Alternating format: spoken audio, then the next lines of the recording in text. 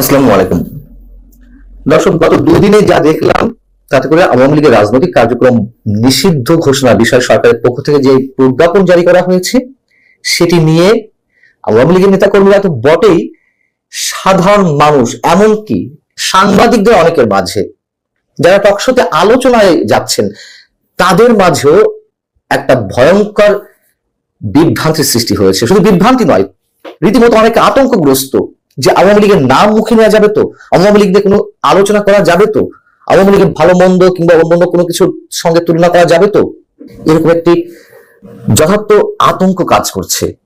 এবং এই যে বিভ্রান্তির সৃষ্টি, এটি আমরা বলতে পারি সরকারের পক্ষ থেকেই সৃষ্টি করা হয়েছে। এটি অনিচ্ছাকৃত কিংবা ইচ্ছাকৃত কিনা সে সম্পর্কে জানি না, তবে এটুকু বলা যায় যদি ইচ্ছাকৃত না হয়ে থাকে তাহলে তো অবশ্যই এটি পরিপূর্ণভাবে খোলাসা করা উচিত। যদিও সরকার প্রধান উপদেষ্টা প্রেস উইং থেকে একটি বিবৃতি দেওয়া হয়েছে, সেটিও অস্পষ্ট। আসলে আওয়ামী লীগের রাজনৈতিক কার্যক্রম বন্ধ করার বিষয় বা নিষিদ্ধ করার বিষয়ে যে প্রজ্ঞাপনটি সরকারের পক্ষ থেকে জারি করা হয়েছে সেখানে কি বলা হয়েছে অনেকেই পড়েছেন, তারপরে একটু বলি।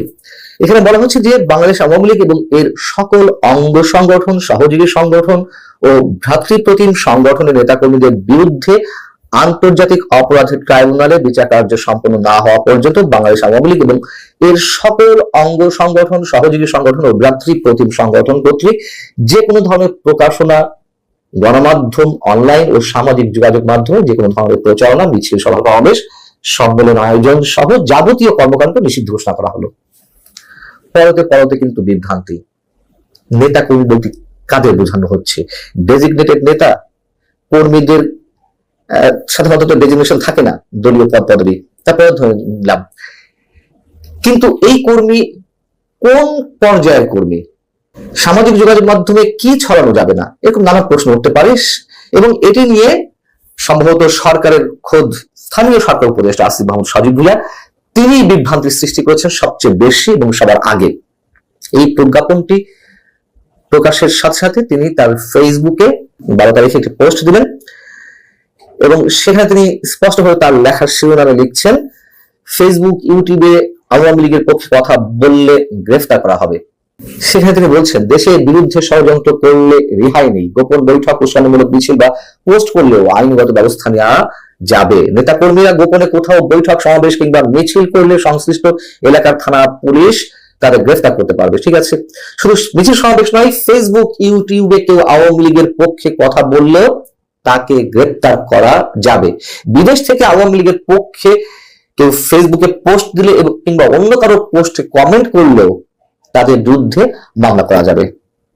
বুঝুন কি ধরনের একটা আতঙ্কজনক পোস্ট।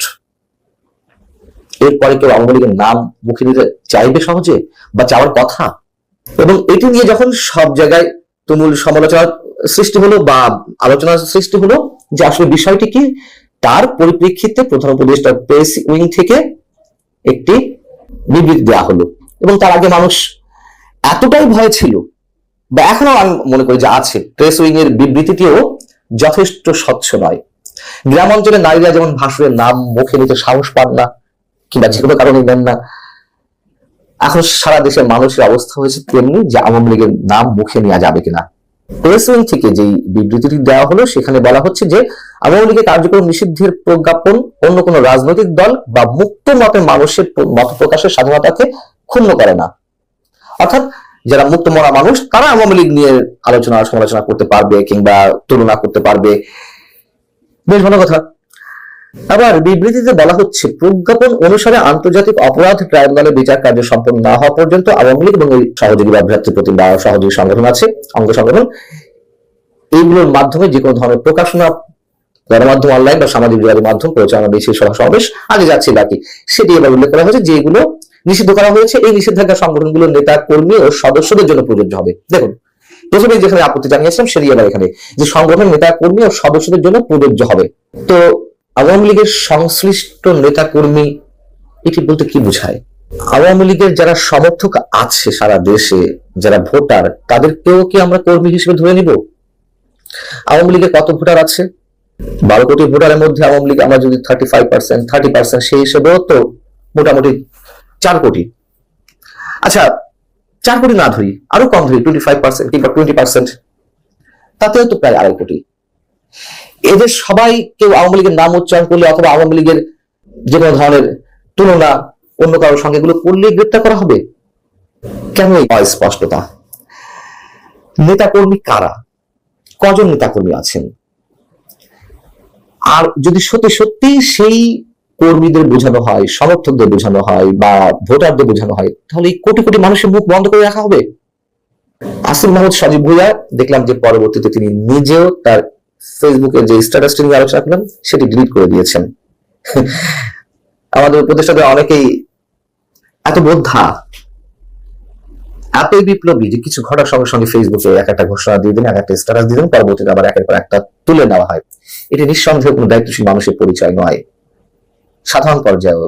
আর সেখানে তারা সরকারের মন্ত্রীর সমপর্যায়ে রয়েছেন। এই বিষয়টি আমরা যতটুকু বুঝি বা অনেকের কাছে আস্তে আস্তে ক্লিয়ার হচ্ছে, যদিও সেটি সম্ভব না সবার এরকম স্পষ্ট ধারণা নেওয়ার, যে সরকারের যে প্রজ্ঞাপন সেই অনুযায়ী আওয়ামী লীগের যারা ডেজিগনেটেড সদস্য পদ পদবি হোল্ড করছেন তারা আওয়ামী লীগের পক্ষে কোনো মিছিল সমাবেশে ঘোষণা দিতে পারবেন না, বা অন্য কারোটা শেয়ার করতে পারবেন না, বা তারা তাদের পক্ষে সাফাই গাইতে পারবেন না, বা যেই কারণে অভ্যুত্থানে আগে যেই হত্যাকাণ্ডগুলো কিংবা অন্যান্য নানান ধরনের ধ্বংসাত্মক কর্মকাণ্ড এগুলোর সঙ্গে আওয়ামী লীগ বা তাদের সহযোগী সংগঠনগুলো জড়িত বিধায় তাদের বিচার শুরু হচ্ছে, তাই তো?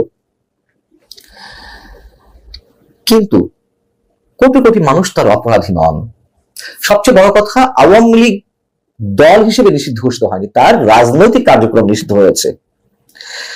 সেখানে আমরা কেন দেশে যেমন একাধিক অনেক ধরনের আন্ডারগ্রাউন্ড পলিটিক্যাল দলের নাম তো জানি, পূর্ব বাংলা কমিউনিস্ট পার্টি বা বিপ্লবী কমিউনিস্ট পার্টি, যেগুলো দেশে নিষিদ্ধ ঘোষিত, তারা আন্ডারগ্রাউন্ডে চলে গেছে। তাদের বিভিন্ন প্রচারপত্র, প্রচারণা, প্রকাশনা খুব গোপনে এগুলো কার্যক্রম চলে, তার কোনো লিফলেটও মানুষ হাতে নিতে চায় না। তো আওয়ামী লীগ যদি নিষিদ্ধ হয় সেক্ষেত্রেও এটা আমরা ধরতে পারতাম যে সে পর্যায়ে গেছে, কিন্তু আওয়ামী লীগ তো দল হিসেবে নিষিদ্ধ ঘোষিত হয়নি।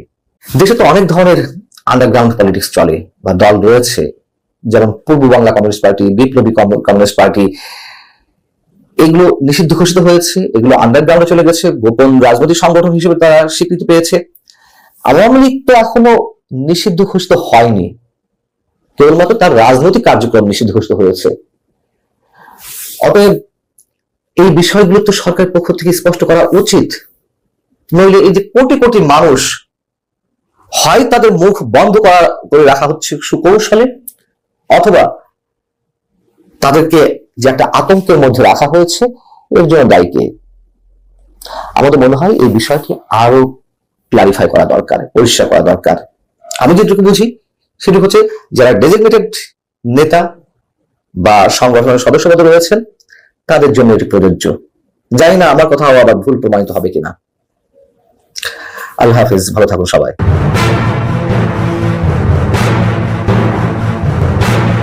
প্রিয় দর্শক, সাজ্জাদ কাদিরের প্রীতি এবং শুভেচ্ছা নিন। এই মুহূর্তে আলাপ করব পাক ভারত সংঘাত।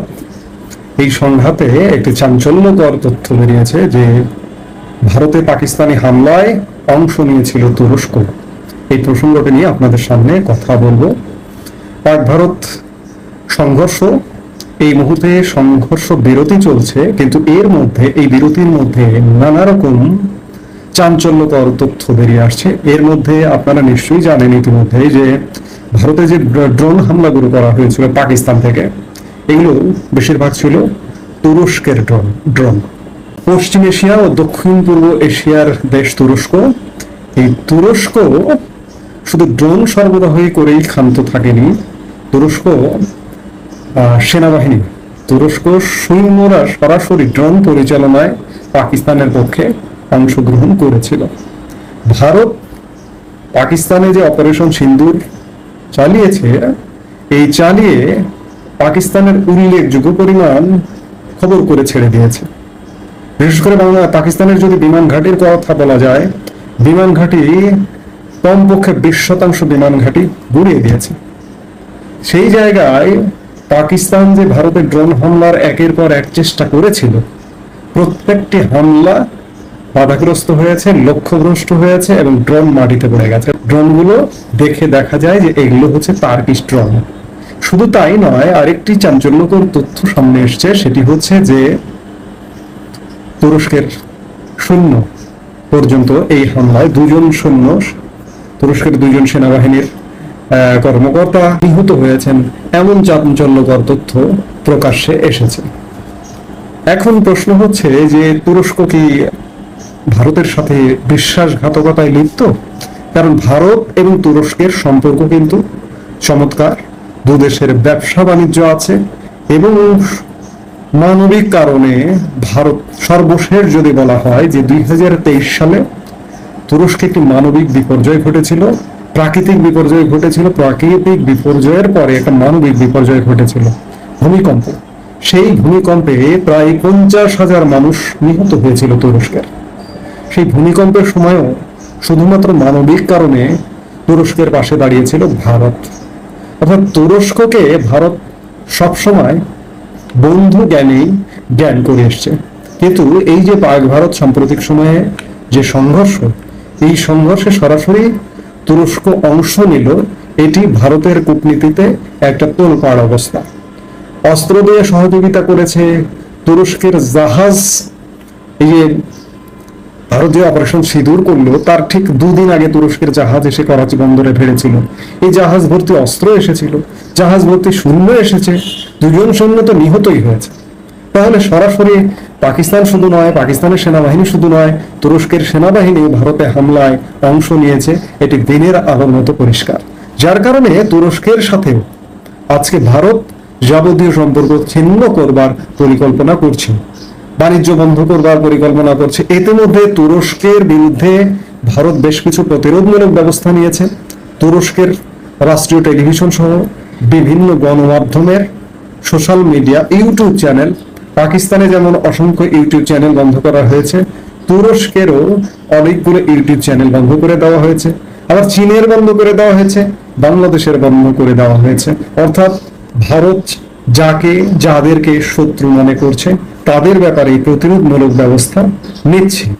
তুরস্কের সরাসরি অংশ নেওয়ার প্রমাণ পেয়েছে ভারত, অন্যান্য দেশেরও প্রমাণ পেয়েছে, কোনোটা সূক্ষ্ম প্রমাণ, কোনোটা একটু বেশি প্রমাণ। তুরস্কের প্রমাণটা অনেক বেশি, যার কারণে পাকিস্তানের মতো টার্কিশদের সাথেও ভারত হয়তো অচিরেই কূটনৈতিক সম্পর্ক পুরোপুরি বন্ধ করেও দিতে পারে, কারণ এমন জল্পনা কল্পনা ইতিমধ্যেও শুরু হয়ে গেছে। ভারতের পাকিস্তানে হামলার যে চাঞ্চল্যকর রিপোর্ট, সেই রিপোর্টে দাবি করা হচ্ছে যে তুরস্ক কেবল 350টিরও বেশি ড্রোন দিয়ে পাকিস্তানকে ভারতের বিরুদ্ধে যুদ্ধ সাহায্য করেনি, বরং নিজ দেশ থেকে সেনা ও অপারেটরও পাঠিয়েছিল। তুরস্কের সেনা আধিকারিকদের উপস্থিতিতেই 7 ও 8 মে ভারতে ড্রোন হামলা চলে এবং কিভাবে ড্রোন পরিচালনা করতে হবে তার প্রশিক্ষণও দেয় তুরস্কের সেনা। এই যখন অবস্থা, তখন তুরস্কের সাথেও ভারতের সম্পর্ক যে ছিন্ন হতে যাচ্ছে এটি সময়ের ব্যাপার। এবং সেই তালিকায় আরো কিছু দেশ আছে। চীনের সাথে সম্পর্কটা হয়তো খুব সহসা কিছু হবে না, বাংলাদেশে কিন্তু এই তালিকায় আছে, কারণ বাংলাদেশের উপরে বেশ কিছু নিয়ন্ত্রণ আরোপ ইতিমধ্যে হয়েছে। সবচেয়ে বড় নিয়ন্ত্রণ আরোপ বাংলাদেশকে কিভাবে কাউন্ট করছে দেখুন। বাংলাদেশের ইউটিউব চ্যানেল, টেলিভিশন, গণমাধ্যমের ইউটিউব চ্যানেল এবং কিছু ব্যক্তি প্রবাসে বসে বাংলাদেশ নিয়ে দীর্ঘদিন যাবৎ প্রপাগান্ডা ছড়িয়েছে এবং ভারত নিয়ে প্রপাগান্ডা ছড়ায় এমন কিছু ব্যক্তির, যেমন পিনাকি ভট্টাচার্য, ইলিয়াস হোসেন, কনক সরওয়ার, তাদের ব্যক্তি ইউটিউব চ্যানেলও, গণমাধ্যম প্রতিষ্ঠানের সাথে সাথে ব্যক্তি ইউটিউব চ্যানেলও বন্ধ করে দিয়েছে ভারত। কাজেই বাংলাদেশের উপরেও আরো বড় ধরনের খড়গ যে আসবে, এতে কোনো সন্দেহের অবকাশ নেই খুব একটা। এখন দেখার বিষয় যে সামনের দিনগুলোতে কি ঘটতে যাচ্ছে। এই মুহূর্তে এ পর্যন্তই। সবাই ভালো থাকুন, সুস্থ থাকুন। আমাদের